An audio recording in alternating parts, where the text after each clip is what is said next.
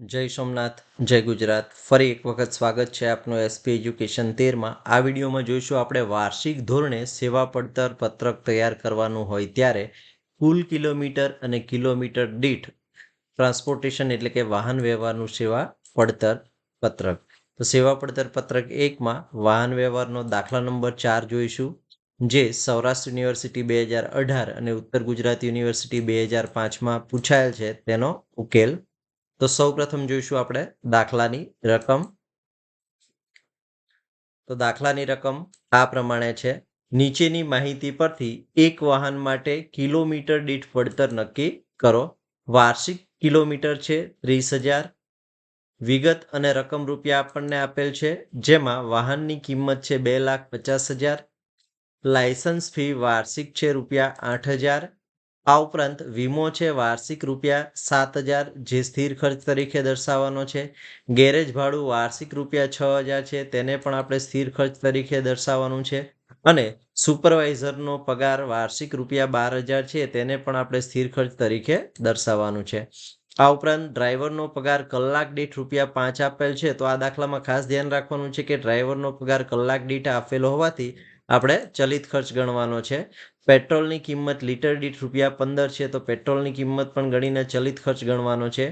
સમારકામ કિલોમીટર દીઠ રૂપિયા 2 છે, તો એને પણ આપણે ચલિત ખર્ચમાં ધ્યાનમાં લેવાનો છે. આ ઉપરાંત ટાયરનો ખર્ચ કિલોમીટર દીઠ આપેલો છે ₹1.50, તો એને પણ આપણે ચલિત ખર્ચ તરીકે ધ્યાનમાં લેવાનો છે. જ્યારે કિલોમીટર છે એમાં લીટર દીઠ 20 કિલોમીટર વપરાશ થાય છે, એટલે કે 20 કિલોમીટરે 1 લીટરનો વપરાશ થાય છે.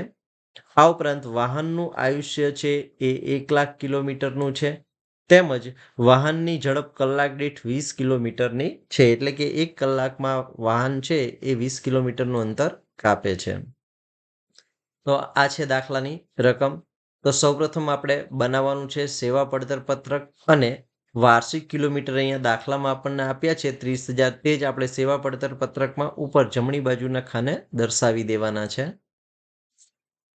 તો તૈયાર કરીશું સેવા પડતર પત્રક. અને કુલ કિલોમીટર વાર્ષિક આપણને આપ્યા છે 30,000, તો દર્શાવીશું 30,000. વિગત વાર્ષિક ખર્ચ રૂપિયા અને કિલોમીટર દીઠ ખર્ચ રૂપિયા. તેમાં સૌપ્રથમ આપણે સ્થિર ખર્ચ બતાવીશું, ત્યારબાદ થોડી લાઈનો મૂકી દઈશું અને કુલ સ્થિર ખર્ચ અથવા તો કિલોમીટર દીઠ સ્થિર ખર્ચ મળશે. ત્યારબાદ તેની નીચે દર્શાવવાના છે ચલિત ખર્ચ, અને ચલિત ખર્ચનો સરવાળો કરીશું તો મળશે કુલ ચલિત ખર્ચ. ત્યારબાદ કુલ સ્થિર ખર્ચ અને કુલ ચલિત ખર્ચનો સરવાળો કરીશું તો મળશે આપણને કુલ ખર્ચ અથવા તો કિલોમીટર દીઠ ખર્ચ. તો આવી રીતે સેવા પડતર પત્રક છે એ એક પાનામાં આપણે તૈયાર કરી લેવાનું છે. જરૂરી ગણતરીઓ બીજા પાના પર કરતું જવાનું છે. તો દાખલામાં સૌપ્રથમ આપણને વિગત આપી છે, લાયસન્સ ફી વાર્ષિક છે રૂપિયા 8,000. તો અહીંયા પત્રક પણ આપણે વાર્ષિક ધોરણે જ બનાવવાનું છે, તો પૂરેપૂરી પત્રકમાં સ્થિર ખર્ચમાં મૂકવાની છે લાયસન્સ ફી. તો પડતરના પત્રકમાં જઈશું, વિગતમાં લખીશું લાયસન્સ ફી અને રકમના ખાનામાં લખીશું રૂપિયા 8,000.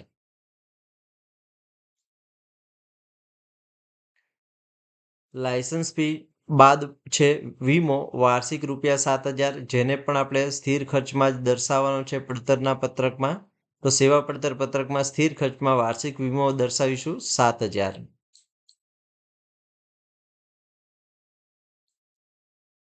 વિગતમાં લખીશું વીમો અને રકમના ખાનામાં લખીશું રૂપિયા 7,000. આ ઉપરાંત આપણને આપ્યું છે ગેરેજ ભાડું વાર્ષિક રૂપિયા 6,000, જેને પણ આપણે સ્થિર ખર્ચમાં દર્શાવવાનું છે. તો સેવા પડતર પત્રકમાં જઈશું, વિગતમાં લખીશું ગેરેજ ભાડું અને રકમમાં લખીશું રૂપિયા 6,000 વાર્ષિક.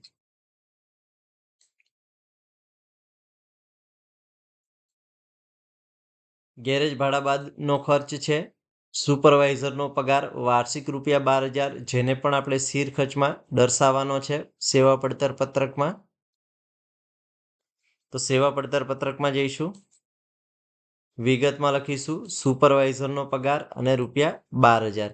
હવે આપણે સરવાળો કરવાનો છે કુલ સ્થિર ખર્ચનો. તો 8,000 વત્તા 7,000 એટલે 15,000 ને 15,000 વત્તા 6,000 એટલે 21,000 ને 21,000 વત્તા 12,000 એટલે કુલ વાર્ષિક સ્થિર ખર્ચ મળશે 33,000. 33,000 ભાગ્યા 30,000 કરીશું તો આપણને કિલોમીટર દીઠ મળશે ₹1.10. તો ખાસ યાદ રાખવાનું છે કે 33,000 ભાગ્યા 30,000 કિલોમીટર તો ₹1.10. હવે આપણે ચલિત ખર્ચાઓની ગણતરી કરવાની છે અને દર્શાવવાના છે. તો ડ્રાઈવરનો પગાર છે એ કલાક દીઠ ₹5 છે, જ્યારે વાહનની ઝડપ છે એ કલાક દીઠ 20 કિલોમીટર છે. એટલે કે 1 કલાકના 20 કિલોમીટર ચાલે છે તો 1 કલાકના ₹5 છે, તો 30,000 કલાકના કેટલા? તો એની ગણતરી કરીને આપણે ડ્રાઈવરનો પગાર દર્શાવીશું. તો નોંધ નંબર 1 કરીશું, ડ્રાઈવરના પગારની ગણતરી. ડ્રાઈવરના પગારની ગણતરી. તો દાખલામાં આપણને વિગત આપી છે ડ્રાઈવરનો પગાર કલાક દીઠ ₹5 છે, વાહનની ઝડપ કલાક દીઠ 20 કિલોમીટરની છે અને વાર્ષિક કિલોમીટર 30,000 છે.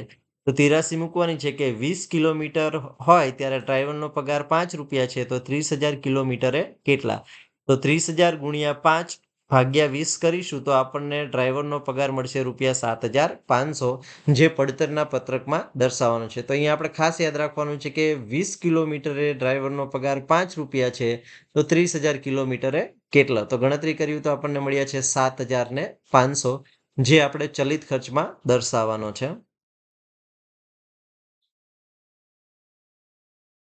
તો સેવા પડતર પત્રકમાં જઈશું, વિગતમાં લખીશું ડ્રાઈવરનો પગાર નોંધ 1 મુજબ 7,500. 7,500 ને 30,000 વડે ભાગીશું તો મળશે આપણને 0.25 કિલોમીટર દીઠ. ડ્રાઈવરના પગાર બાદ છે પેટ્રોલ લીટર દીઠ ₹15 આપેલા છે, જ્યારે કિલોમીટર છે 20, એટલે કે 1 લીટરે 20 કિલોમીટર ચાલે છે અને આપણું વાર્ષિક કિલોમીટર 30,000 છે. તો તેને આધારે આપણે ગણતરી કરવાની છે પેટ્રોલની ખર્ચની. તો નોંધ નંબર 2 કરશું, પેટ્રોલ ખર્ચની ગણતરી. પેટ્રોલની કિંમત છે 1 લીટરના ₹15 અને 1 લીટરમાં 20 કિલોમીટર ચાલે છે અને વાર્ષિક કિલોમીટર છે 30,000.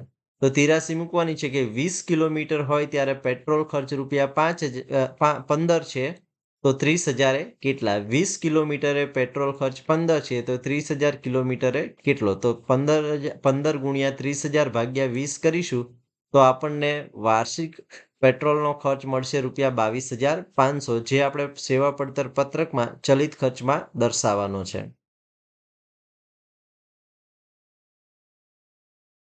તો સેવા પડતર પત્રકમાં જઈશું, વિગતમાં લખીશું પેટ્રોલ ખર્ચ નોંધ 2 મુજબ ₹22,500. 22,500 ભાગ્યા 30,000 કરીશું તો મળશે આપણને 0.75 કિલોમીટર દીઠ રૂપિયામાં.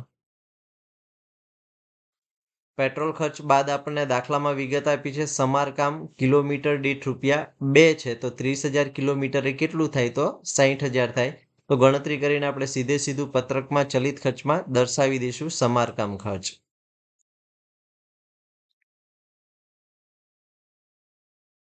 પડતરના પત્રકમાં જઈશું, વિગતમાં લખીશું સમારકામ ખર્ચ કિલોમીટર દીઠ ₹2 આપેલું છે, તો 30,000 કિલોમીટરે ₹60,000 થશે. એટલે 30,000 ગુણ્યા 2 એટલે 60,000.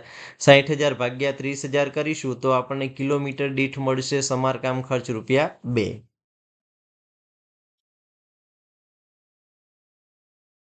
ત્યારબાદ દાખલામાં આપણને આપ્યું છે ટાયર ખર્ચ કિલોમીટર દીઠ ₹1.50 છે, એટલે કે 1 કિલોમીટરે ₹1.50 છે, તો 30,000 કિલોમીટરે કેટલું? તો આપણે 30,000 ગુણ્યા 1.5 કરીશું તો 45,000 આપણને મળશે ટાયર ખર્ચ, જે આપણે ચલિત ખર્ચમાં દર્શાવવાનો છે. તો સેવા પડતર પત્રકમાં જઈશું, વિગતમાં લખીશું ટાયર ખર્ચ કિલોમીટર દીઠ ₹1.50 આપેલું છે, તો 30,000 ગુણ્યા 1.50 કરીશું તો મળશે આપણને 45,000. 45,000 ભાગ્યા 30,000 કરીશું તો કિલોમીટર દીઠ મળશે ₹1.50. ત્યારબાદ દાખલામાં આપણે ઘસારાની ગણતરી કરવાની છે. તો વાહનની કિંમત છે 2,50,000, વાહનનું અંદાજી આયુષ્ય છે 1,00,000 કિલોમીટર. તો 1,00,000 કિલોમીટરે ₹2,00,000નો ઘસારો થાય, 2,50,000નો તો 30,000 કેટલો? તો ગણીશું ઘસારાની ગણતરી નોંધ નંબર 4 અને પત્રકમાં દર્શાવીશું.